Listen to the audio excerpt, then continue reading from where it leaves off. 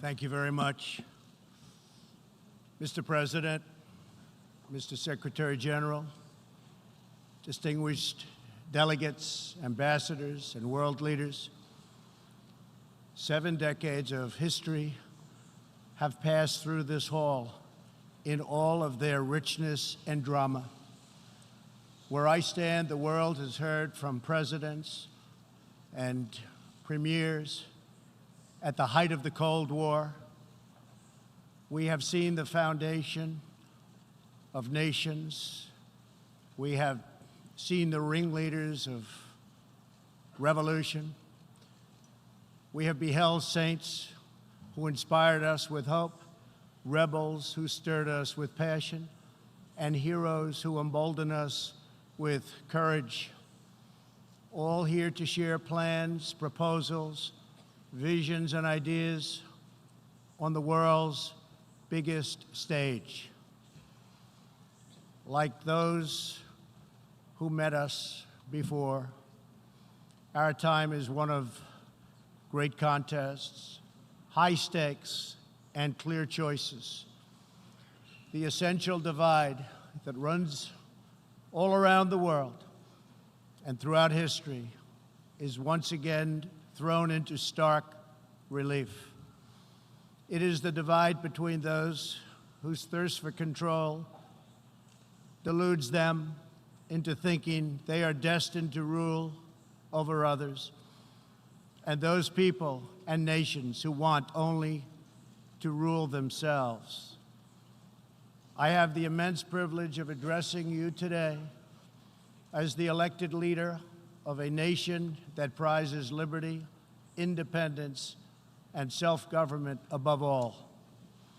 The United States, after having spent over $2.5 trillion since my election to completely rebuild our great military, is also by far the world's most powerful nation. Hopefully, it will never have to use this power. Americans know that in a world where others seek conquest and domination, our nation must be strong in wealth, in might, and in spirit. That is why the United States vigorously defends the traditions and customs that have made us who we are. Like my beloved country, each nation represented in this hall has a cherished history, culture, and heritage that is worth defending and celebrating, and which gives us our singular potential and strength. The free world must embrace its national foundations. It must not attempt to erase them or replace them. Looking around and all over this large, magnificent planet, the truth is plain to see. If you want freedom, take pride in your country. If you want democracy, hold on to your sovereignty. And if you want peace, love your nation. Wise leaders always put the good of their own people and their own country first. The future does not belong to globalists. The future belongs to patriots. The future belongs to sovereign and independent nations who protect their citizens, respect their neighbors, and honor the differences that make each country special and unique.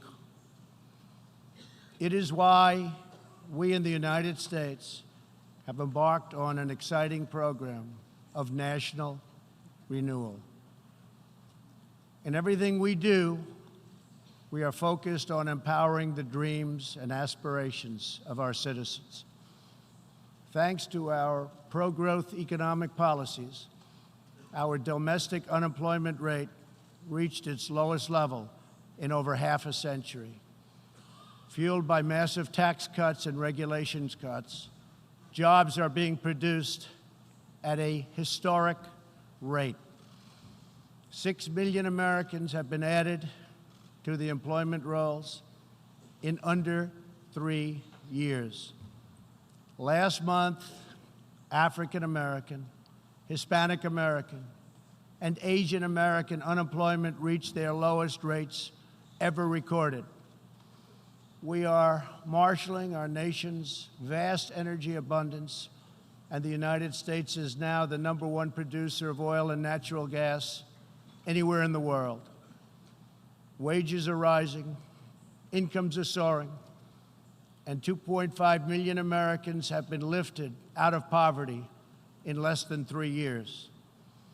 As we rebuild the unrivaled might of the American military, we are also revitalizing our alliances by making it very clear that all of our partners are expected to pay their fair share of the tremendous defense burden which the United States has borne in the past.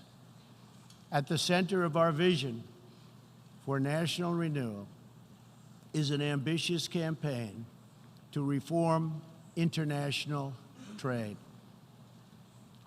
For decades, the international trading system has been easily exploited by nations acting in very bad faith. As jobs were outsourced, a small handful grew wealthy at the expense of the middle class. In America, the result was 4.2 million lost manufacturing jobs and $15 trillion in trade deficits over the last quarter century. The United States is now taking that decisive action to end this grave economic injustice. Our goal is simple. We want balanced trade that is both fair and reciprocal.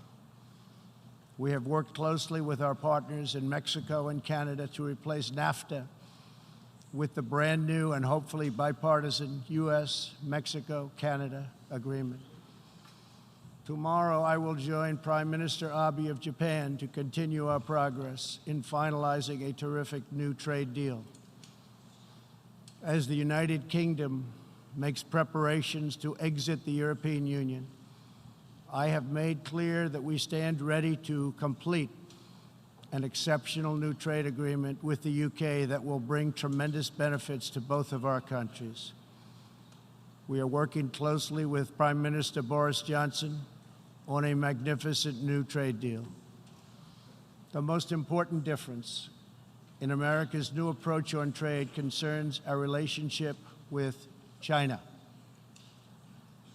In 2001, China was admitted to the World Trade Organization. Our leaders then argued that this decision would compel China to liberalize its economy and strengthen protections to provide things that were unacceptable to us, and for private property, and for the rule of law. 2 decades later, this theory has been tested and proven completely wrong. Not only has China declined to adopt promised reforms, it has embraced an economic model dependent on massive market barriers, heavy state subsidies, currency manipulation, product dumping, forced technology transfers, and the theft of intellectual property, and also trade secrets on a grand scale. As just one example, I recently met the CEO of a terrific American company, Micron Technology, at the White House. Micron produces memory chips used in countless electronics. To advance the Chinese government's 5-year economic plan, a company owned by the Chinese state allegedly stole Micron's designs, valued at up to $8.7 billion. Soon, the Chinese company obtains patents for nearly an identical product, and Micron was banned from selling its own goods in China. But we are seeking justice. The United States lost 60,000 factories after China entered the WTO. This is happening to other countries all over the globe. The World Trade Organization needs drastic change. The second largest economy in the world should not be permitted to declare itself a developing country in order to game the system at others' expense. For years, these abuses were tolerated, ignored, or even encouraged. Globalism exerted a religious pull over past leaders, causing them to ignore their own national interests. But as far as America is concerned, those days are over. To confront these unfair practices, I placed massive tariffs on more than $500 billion worth of Chinese-made goods. Already, as a result of these tariffs, supply chains are relocating back to America and to other nations, and billions of dollars are being paid to our Treasury.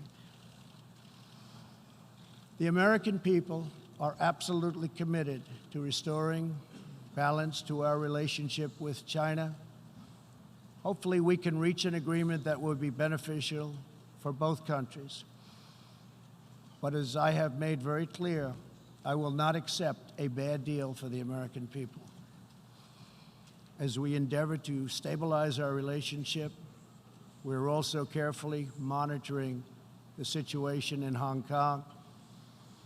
The world fully expects that the Chinese government will honor its binding treaty made with the British and registered with the United Nations, in which China commits to protect Hong Kong's freedom, legal system, and democratic ways of life. How China chooses to handle the situation will say a great deal about its role in the world in the future. We are all counting on President Xi as a great leader. The United States does not seek conflict with any other nation. We desire peace, cooperation, and mutual gain with all. But I will never fail to defend America's interests. One of the greatest security threats facing peace-loving nations today is the repressive regime in Iran. The regime's record of death and destruction is well known to us all. Not only is Iran the world's #1 state sponsor of terrorism, but Iran's leaders are fueling the tragic wars in both Syria and Yemen. At the same time, the regime is squandering the nation's wealth and future in a fanatical quest for nuclear weapons and the means to deliver them. We must never allow this to happen. To stop Iran's path to nuclear weapons and missiles, I withdrew the United States from the terrible Iran nuclear deal, which has very little time remaining, did not allow inspection of important sites, and did not cover ballistic missiles. Following our withdrawal, we have implemented severe economic sanctions on the country. Hoping to free itself from sanctions, the regime has escalated its violent and unprovoked aggression. In response to Iran's recent attack on Saudi Arabian oil facilities, we just imposed the highest level of sanctions on Iran's central bank and sovereign wealth fund. All nations have a duty to act. No responsible government should subsidize Iran's bloodlust. As long as Iran's menacing behavior continues, sanctions will not be lifted. They will be tightened. Iran's leaders will have turned a proud nation into just another cautionary tale of what happens when a ruling class abandons its people and embarks on a crusade for personal power and riches. For 40 years, the world has listened to Iran's rulers as they lash out at everyone else for the problems they alone have created. They conduct ritual chants of death to America and traffic in monstrous anti-Semitism. Last year, the country's supreme leader stated Israel is a malignant cancerous tumor that has to be removed and eradicated. It is possible, and it will happen. America will never tolerate such anti-Semitic hate. Fanatics have long used hatred of Israel to distract from their own failures. Thankfully, there is a growing recognition in the wider Middle East that the countries of the region share common interests in battling extremism and unleashing economic opportunity. That is why it is so important to have full, normalized relations between Israel and its neighbors. Only a relationship built on common interests, mutual respect, and religious tolerance can forge a better future. Iran's citizens deserve a government that cares about reducing poverty, ending corruption, and increasing jobs, not stealing their money to fund and massacre abroad and at home.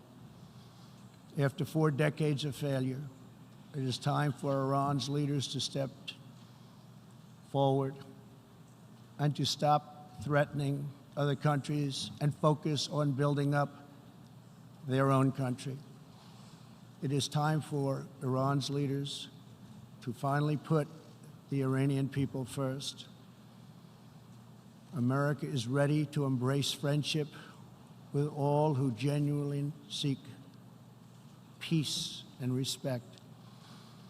Many of America's closest friends today were once our greatest foes. The United States has never believed in permanent enemies. We want partners, not adversaries. America knows that while anyone can make war, only the most courageous can choose peace. For this same reason, we have pursued bold diplomacy on the Korean Peninsula. I have told Kim Jong-un what I truly believe, that like Iran, his country is full of tremendous untapped potential, but that to realize that promise, North Korea must denuclearize. Around the world, our message is clear. America's goal is lasting. America's goal is harmony. And America's goal is not to go with these endless wars, wars that never end. With that goal in mind, my administration is also pursuing the hope of a brighter future in Afghanistan. Unfortunately, the Taliban has chosen to continue their savage attacks. We will continue to work with our coalition of Afghan partners to stamp out terrorism, and we will never stop working to make peace a reality. Here in the Western Hemisphere, we are joining with our partners to ensure stability and opportunity all across the region. In that mission, one of our most critical challenges is illegal immigration, which undermines prosperity, rips apart societies, and empowers ruthless criminal cartels. Mass illegal migration is unfair, unsafe, and unsustainable for everyone involved.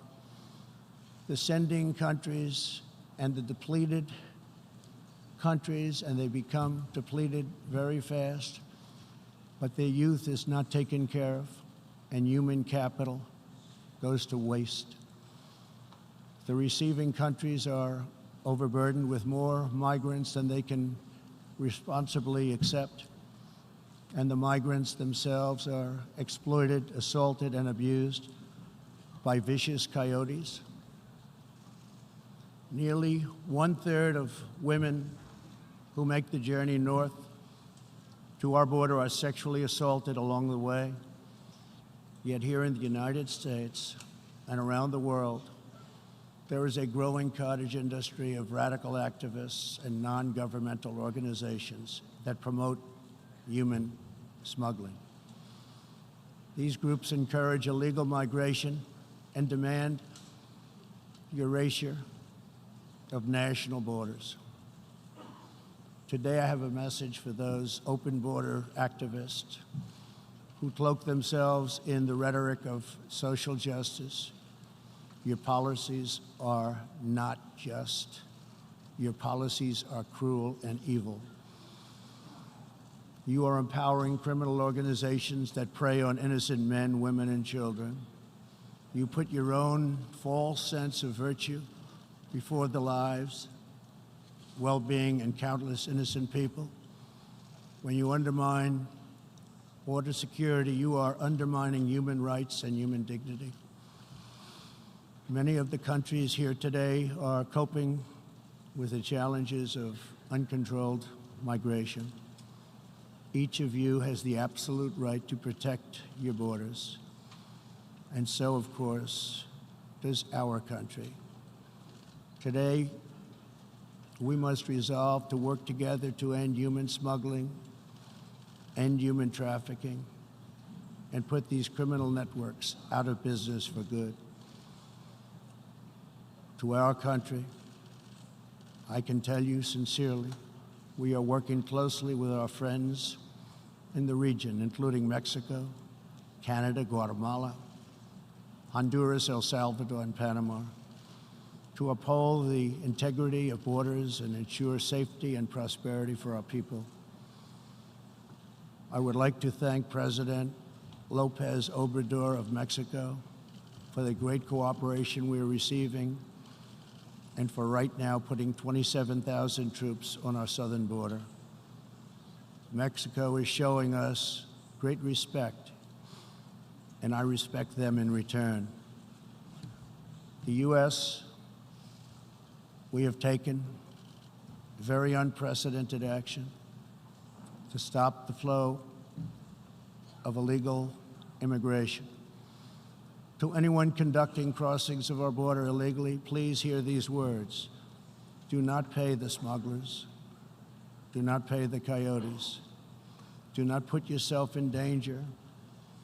Do not put your children in danger, because if you make it here, you will not be allowed in.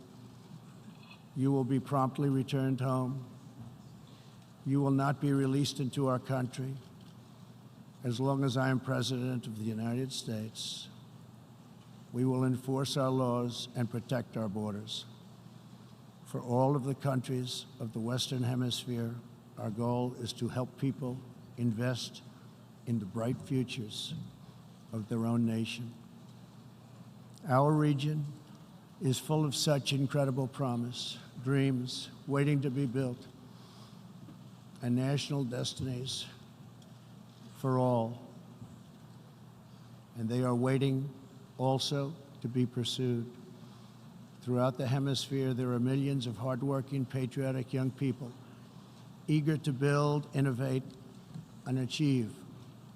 But these nations cannot reach their potential if a generation of youth abandon their homes in search of a life elsewhere. We want every nation in our region to flourish and its people to thrive in freedom and peace. In that mission, we are also committed to supporting those people in the Western Hemisphere who live under brutal oppression, such as those in Cuba, Nicaragua, and Venezuela. According to a recent report from the UN Human Rights Council, women in Venezuela stand in line for 10 hours a day waiting for food. Over 15,000 people have been detained as political prisoners. Modern-day death squads are carrying out thousands of extrajudicial killings. The dictator Maduro is a Cuban puppet protected by Cuban bodyguards, hiding from his own people. while Cuba plunders Venezuela's oil wealth to sustain its own corrupt communist rule. Since I last spoke in this hall, the United States and our partners have built a historic coalition of 55 countries that recognize the legitimate government of Venezuela. To the Venezuelans trapped in this nightmare, please know that all of America is united behind you. The United States has vast quantities of humanitarian aid ready and waiting to be delivered. We're watching the Venezuela situation very closely. We await the day when democracy will be restored, when Venezuela will be free, and when liberty will prevail throughout this hemisphere. One of the most serious challenges our countries face is the specter of socialism. It's the wrecker of nations and destroyer of societies. Events in Venezuela remind us all that socialism and communism are not about justice. They are not about equality. They are not about lifting up the poor. And they are certainly not about good of the nation. Socialism and communism are about one thing only: power for the ruling class. Today I repeat a message for the world that I have delivered at home. America will never be a socialist country. In the last century, socialism and communism killed 100 million people. Sadly, as we see in Venezuela, the death toll continues in this country. These totalitarian ideologies, combined with modern technology, have the power to excise new and disturbing forms of suppression and domination. For this reason, the United States is taking steps to better screen foreign technology and investments, and to protect our data and our security. We urge every nation present to do the same. Freedom and democracy must be constantly guarded and protected, both abroad and from within. We must always be skeptical of those who want conformity and control. Even in free nations, we see alarming signs and new challenges to liberty. A small number of social media platforms are acquiring immense power over what we can see and over what we are allowed to say. A permanent political class is openly disdainful, dismissive, and defiant of the will of the people. A faceless bureaucracy operates in secret and weakens democratic rule. Media and academic institutions push flat-out assaults on our histories, traditions, and values. In the United States, my administration has made clear to social media companies that we will uphold the right of free speech. A free society cannot allow social media giants to silence the voices of the people, and a free people must never, ever be enlisted in the cause of silencing, coercing, canceling, or blacklisting their own neighbors.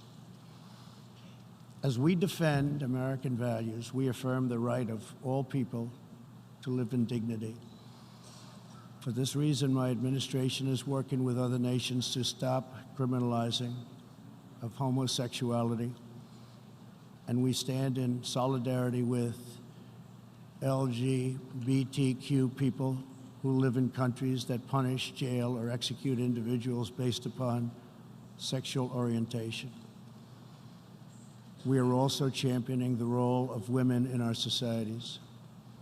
Nations that empower women are much wealthier, safer, and much more politically stable. It is therefore vital not only to a nation's prosperity, but also is vital to its national security to pursue women's economic development.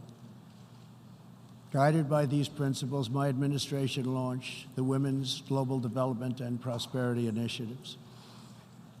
The WGDP is the first ever government-wide approach to women's economic empowerment, working to ensure that women all over the planet have the legal right to own and inherit property, work in the same industries as men, travel freely, and access credit and institutions. Yesterday, I was also pleased to host leaders for a discussion about an ironclad American commitment protecting religious leaders and also protecting religious freedom. This fundamental right is under growing threat around the world. Hard to believe, but 80% of the world's population lives in countries where religious liberty is in significant danger or even completely outlawed. Americans will never fire or tire in our effort to defend and promote freedom of worship and religion. We want and support religious liberty for all. Americans will also never tire of defending innocent life. We are aware that many United Nations projects have attempted to assert a global right to taxpayer-funded abortion on demand, right up until the moment of delivery. Global bureaucrats have absolutely no business attacking the sovereignty of nations that wish to protect innocent life. Like many nations here today, we in America believe that every child, born and unborn, is a sacred gift from God. There is no circumstance under which the United States will allow international entries to trample on the rights of our citizens, including the right to self-defense. That is why this year I announced that we will never ratify the UN Arms Trade Treaty, which would threaten the liberties of law-abiding American citizens. The United States will always uphold our constitutional right to keep and bear arms. We will always uphold our Second Amendment. The core rights and values America defends today were inscribed in America's founding documents. Our nation's founders understood that there will always be those who believe they are entitled to wield power and control over others. Tyranny advances under many names and many theories, but it always comes down to the desire for domination. It protects not the interests of many, but the privilege of few. Our founders gave us a system designed to restrain this dangerous impulse. They chose to entrust American power to those most invested in the fate of our nation, a proud and fiercely independent people. The true good of a nation can only be pursued by those who love it, by citizens who are rooted in its history, who are nourished by its culture, committed to its values, attached to its people, and who know that its future is theirs to build or theirs to lose. Patriots see a nation and its destiny in ways no one else can.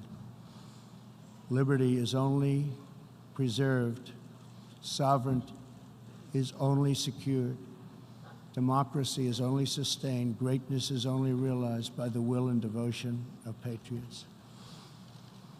In their spirit is found the strength to resist oppression, the inspiration to forge legacy, the goodwill to seek friendship, and the bravery to reach for peace. Love of our nations makes the world better for all nations.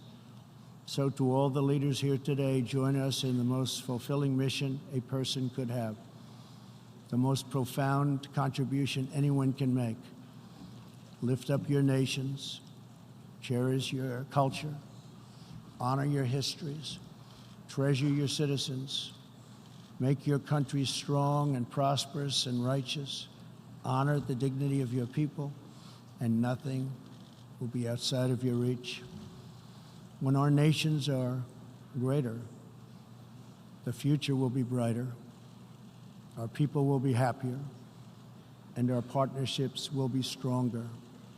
With God's help, together we will cast off the enemies of liberty and overcome the oppressors of dignity.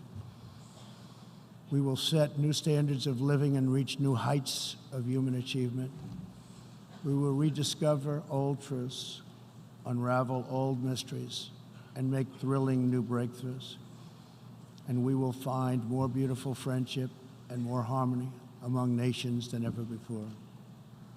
My fellow leaders, the path to peace and progress and freedom and justice and a better world for all humanity begins at home. Thank you. God bless you. God bless the nations of the world. And God bless America. Thank you very much.